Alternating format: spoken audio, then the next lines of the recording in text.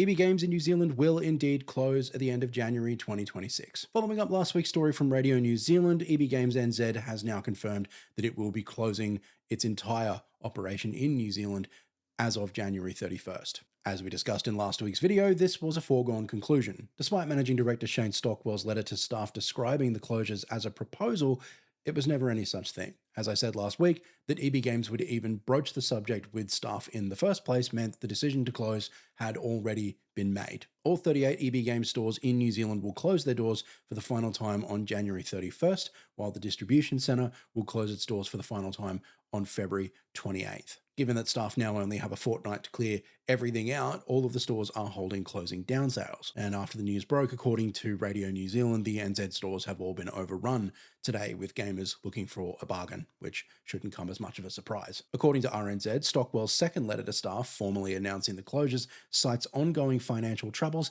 and a sluggish retail market. The letter reportedly calls the business no longer financially viable, with a, quote, multi-million-dollar loss for the 2024 financial year. One of the crazier lines in the RNZ story is its last. Quote, the company said that there may be opportunities for New Zealand employees to relocate and take up work in the Australian EB Games operations. That is an insane thing to say to staff. Pack up your whole life and move to another country for this thankless retail job that underpays and overworks you, or accept redundancy. I can't believe they actually put that on the table.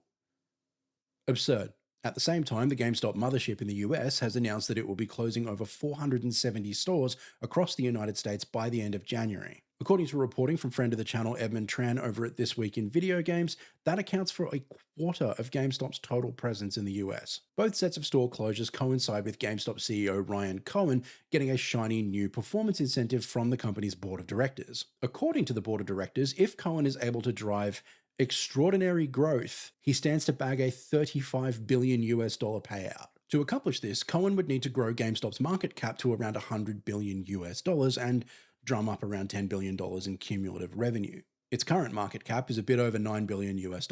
So, bit of work to do there, and I doubt a guy who says shit like this is up to it.